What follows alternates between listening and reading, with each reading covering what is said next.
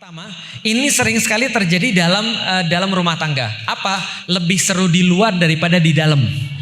Itu sering sekali terjadi dalam rumah tangga. Itu berkaitan bukan hanya masalah istri, tapi berkaitan juga masalah teman-teman biasanya. Dan biasanya nanti dari istri yang muncul adalah kamu pilih mana, aku atau teman-temanmu, kan gitu. Oke, sekarang saya kasih tahu Bapak Ibu sekalian. Nih, idealnya istri adalah rumah bagi suami. Idealnya istri adalah rumah bagi suami. Ketika suami capek, ketika dia stres, ketika dia lagi sedih, maka pertama kali yang akan didatengin adalah rumahnya. Tidak hanya itu, tapi begitu kemudian suami senang, begitu suami happy, yang didatenginnya dan yang diingatnya juga adalah rumahnya atau istrinya. Itu idealnya. Contoh, kalau saya ketemu makanan yang enak, pasti saya akan ngajak istri saya pergi ke sana. Nggak usah gitu. Kalau misalnya teman-teman bisa cek Instagram saya, DM saya kepada istri saya itu penuh dengan rekomendasi makanan-makanan enak. Serius, kenapa muncul di tempat saya langsung saya terusin. Enak kita makan di sini, cuma nggak saya aja, cuma saya kasih tahu aja. Cuman maksudnya adalah itu idealnya. Begitu ada sesuatu yang sedih, saya curhatnya ke dia. Begitu ada sesuatu yang senang, saya juga curhatnya ke dia. Pertanyaannya, kenapa ada orang yang lebih menarik daripada istrinya untuk dicurhatin, atau untuk dijalanin, atau untuk disikapi? Jawabannya sederhana, bisa jadi ya. Ini namanya kita juga introspeksi. Bisa jadi jawaban-jawaban kita kepada suami kita kadang-kadang gak seru. Saya menyebutnya adalah pembunuh situasi. Pembunuh situasi itu sering terjadi dalam rumah tangga. Contoh misalnya ya, seorang laki-laki lagi curhat sama istrinya. Misalnya, dia lagi ngomong begini misalnya, aku tuh gimana ya, kayak gini-gini, aku tuh merasa sedih banget nih kalau gini-gini. Tiba-tiba istrinya bilang, gitu aja diperhatiin, kamu kayak orang-orang anak muda aja. Itu jadi nggak enak. Karena jadi gini, pembunuh situasi itu maksudnya gini, suaminya ngobrol sesuatu, ibu ngomong sesuatu sehingga pembicaraan tuh nggak bisa diteruskan. Bisa dipahami ya, mentah, jadi nggak bisa diteruskan, jadi putus sampai di situ. Terus suaminya ngomong apa? Ya udahlah besok-besok nggak usah ngomong aja. Nah kalau sudah ada kayak gitu, itu berbahaya. Saran saya, kalau ada suami udah mau ngomong itu udah bagus banget. Kenyataan yang terjadi suami nggak mau ngomong, itu kenyataannya. Tapi kalau ada suami yang sudah ngomong, itu bagus. Apa saran saya? Coba tanya. Jadi gimana tuh ceritanya? Jadi terus orang ini gimana? Tertarik aja. Kan bukannya cewek-cewek juga begitu pada dasarnya. Kadang-kadang cewek juga begitu, sama temen yang ngomongnya banyak, sama suami yang ngomongnya dikit. Bisa jadi juga karena tadi sakit hati ketika dia ngomong suaminya gak nanggepin, bisa jadi juga. Maka bagaimanapun juga istri yang harus memulai. Nih caranya, kalau kalau ibu-ibu punya suami, di luar lebih banyak ngomong dan lebih friendly daripada di rumah, maka di rumah istrinya yang harus mulai ngomong dulu. Caranya gimana? Hukum dalam komunikasi adalah kalau kita mau buka, orang akan buka. Apa hukum komunikasi? Kalau kita mau buka, orang akan buka. Maka ibu-ibu duluan yang cerita. Tadi aku tuh kesel banget ya. Masa aku tuh kayak gini, ngomong ke suami. Bukankah ibu-ibu memang perlu ngomong kayak gitu kan ya? Itu kan healing bagi ibu-ibu kan ya? Healingnya ibu-ibu kan ngomong. Betul nggak? Nah healinglah sama suami. Cerita apa yang ibu alami pada hari ini. Ustadz malu Ustadz. Jangan malu. Kalau ibu-ibu malu cerita hari ini, nanti tahun depan ibu-ibu bakal nggak ada pembicaraan atau komunikasi sama suami dan lama-lama itu mengeras. Gitu ya. Oke, jadi cerita dulu. Aku hari ini kayak gini. Biasanya kalau suaminya sudah mulai, suaminya akan ngasih solusi. Atau suaminya akan ngasih komentar tentang cerita kita. Setelah kita dikasih komentar, biasanya dia yang cerita. Begitu dia cerita, dengerin aja. Jangan dikasih solusi. Kenapa? Laki-laki juga tidak perlu solusi. Laki-laki itu dia tahu apa yang harus dia lakukan. Jadi jangan kasih solusi, jangan dibantah, jangan mempertanyakan keputusannya dia. Dengerin aja. Kalau sudah didengerin, nanti kita jadi asik. Bisa pahami ya? Yang kedua, terkadang kita itu perlu sedikit lebih playful. Susahnya ibu-ibu itu kalau sudah nikah adalah kehilangan playful. Tahu playful? Playful itu bisa diajak main. Sekarang saya mau nanya, Rasulullah sama istri-istrinya playful nggak? Playful. Saling bercanda, saling main. Ingat bagaimana Bunda Aisyah mengisahkan cerita ketika mereka berdua lagi junub? Bukan lomba lari ketika lagi junub. mau mandi junub.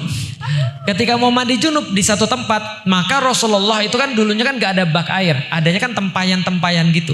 Maka kemudian ketika Rasul mandi, Rasul sengaja mandi seolah-olah menghabiskan banyak air sehingga gak menyisakan buat istrinya. Jadi istri bilang jangan dihabisin, jangan dihabisin. Akhirnya mereka mandi berdua. Bisa difahami? Pernah mandi berdua sama suaminya? Udah berapa tahun yang lalu? Itu salah satu contoh play. Geloh Ustadz. Itu masalahnya. Makanya Anda jadinya gak asik. Paham ya? Itu kan gak haram. Paham gak sih maksudnya? Bercanda-canda di depan anak-anak, kepada istri, kepada suami. Itu kan gak haram.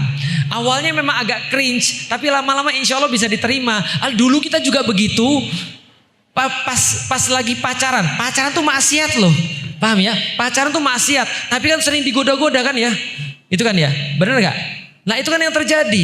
Bahwasanya kamu orang Jawa ya? Bukan, aku orang Sunda. Enggak deh, kayaknya kamu orang Jawa deh. Enggak, aku bukan orang Sunda. Enggak, kamu Jawa. Emang kenapa? Karena kamu adalah jawaban daripada seluruh doaku. Itu orang maksiat loh. Paham gak maksudnya? Orang maksiat loh. Orang maksiat tuh playful. Lah kenapa orang-orang yang taat pada Allah gak boleh playful?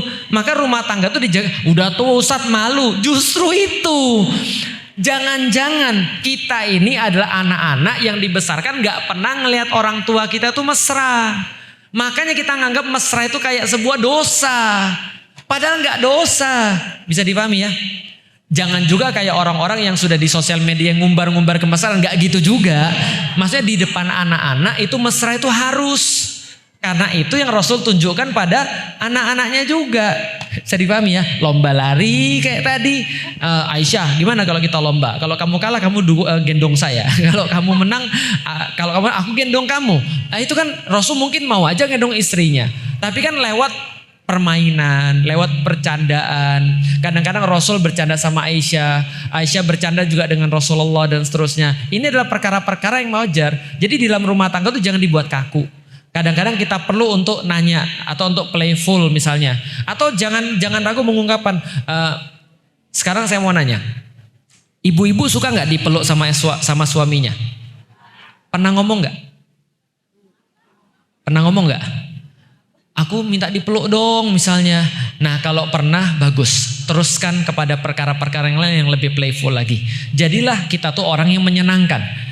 Karena setan itu ngasih pada yang bukan mahram itu hiasan besar sekali. Paham ya? Godaan. Jadi gini loh. Ini contoh nih, ini suami kita nih ya.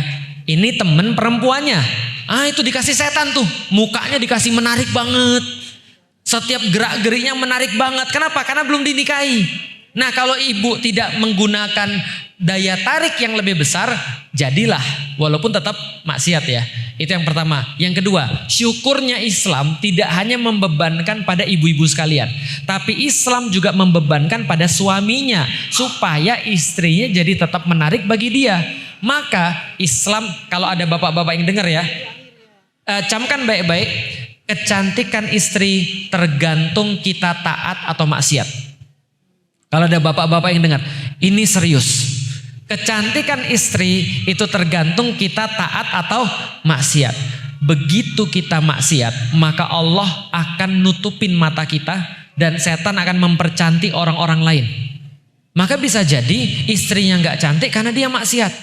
Karena orang bermaksiat akan diarahkan pada maksiat yang lain dan akan tertutup daripada kenikmatan yang taat. Paham ya? Itu orang maksiat. Itu yang pertama. Yang kedua, Allah memerintahkan kepada kita untuk menjaga syahwat kita tetap pada istri kita. Makanya Allah membatasi pergaulan laki-laki dan wanita. Jadi apa hukumnya ketika ada seorang laki-laki satu ruangan dengan seorang perempuan? Hukumnya haram. Hukumnya nggak boleh. Bagaimana cara membedakan satu ruangan atau tidak? Maka ada konsep hayatul am, ada hayatul khas.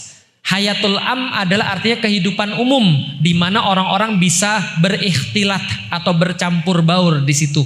Sedangkan hayatul khas adalah ruangan khusus yang tidak memungkinkan atau aneh sekali ketika ada orang berikhtilat di situ. Apalagi ini Ustadz ikhtilat ini. Oke, dengan bahasa Indonesia. Oke, jadi gini. Bercampur baur antara laki-laki dan wanita boleh kalau di ruangan umum.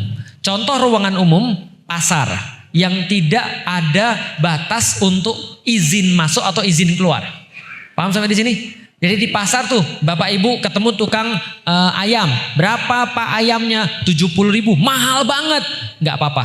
Itu namanya hayatul am atau kehidupan umum. Contoh kehidupan khusus gampangnya adalah ruangan yang kalau ada orang mau masuk harus minta izin, keluar juga harus minta izin. Contoh, ruangan yang ada pintunya itu tidak boleh berdua-duaan. Jelas sampai di sini? Kecuali pintunya kebuka. Itu boleh, gak ada masalah. Ini masjid. Kalau misalnya ada saya lagi ada seorang perempuan, yang lain semuanya bisa ngelihat lagi ada diskusi, maka itu masih diperbolehkan meskipun tidak boleh berdua. Saya difahami sampai di sini ya. Nah, maka ini adalah hayatul khas atau kehidupan khusus. Mobil itu termasuk. Itu termasuk mobil. Gimana kalau seandainya benar-benar parah dan itu adalah sebuah transaksi Ustadz? Contoh, taksi. Taksi kan kita kan sendirian sama sopir tuh. Tapi kita di situ hubungannya apa di situ? Komersial. Ibu duduknya di belakang, sopirnya di depan, dan itu jelas-jelas namanya taksi. Maka semua orang ngerti itu adalah taksi. Maka insya Allah nggak ada masalah. Transportasi, taksi berdua di situ nggak ada masalah. Paham sampai di sini? Sama kayak sekarang taksi online dan segala macam, asal itu difahami sebagai taksi online itu nggak ada masalah. Ustadz kemarin ada taksi online yang dia berselingkuh juga, itu memang niat namanya. Kan kita lagi bahas hukum nih. Nah tapi kalau misalnya contoh bersama dengan orang, bersama-sama laki-laki sama wanita, teman kerja satu mobil, nggak boleh. Tapi kalau misalnya ada perempuan lain di situ, silahkan, nggak ada masalah. Tapi kalau cuma berdua, nggak. Gimana Ustadz? Kalau ruangan kerja itu satu ruangan dengan perempuan, boleh tapi tidak ada interaksi. Bingung kan? Makanya kalau misalnya ruangan kerja ya cobalah dibuat supaya lebih islami.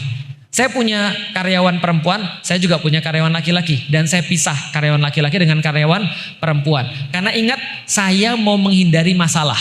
Biasanya jomblo-jomblo laki-laki ketemu dengan jomblo-jomblo perempuan, biasanya ada setan tuh di situ. Maka lebih baik dipisahkan aja.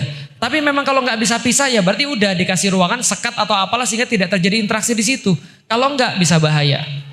Bisa difahami ya? Jadi itu hukumnya. Jadi nggak boleh. Nah mengenai kemudian kenapa dia berbeda sikap antara di luar dan di dalam, setiap orang yang berbeda sikap itu karena dia punya insecure, dia punya masalah. Contoh terakhir, saya kalau nggak ada bapak saya, pas dulu saya belum Islam, nggak ada bapak saya periang, godain orang, bercanda, main. Tapi pas bagi rapot, bapak saya datang, saya langsung jadi anak bangsawan saya. Anak keraton saya, diem gitu kan ya, nggak ngomong apa-apa, jalan biasa aja. Kenapa? Karena ada bapak saya. Kenapa saya nggak bisa ngeluarin sifat asli saya ketika ada bapak saya? Karena saya takut dengan bapak saya. Karena saya merasa nggak nyaman dengan bapak saya. Nah hati-hati jangan sampai suami merasa nggak nyaman dengan istrinya. Andai kan tiap hari pulang dia kena marah terus, dia merasa nggak nyaman pastinya. Karena itulah kalau orang nggak nyaman, ya dia mungkin kayak tadi, dia cuma mau diem, dia cuma mau tidur, tiba-tiba ketemu temannya ceriwis. Gitu ya. Oke, kalau ada pertanyaan silahkan.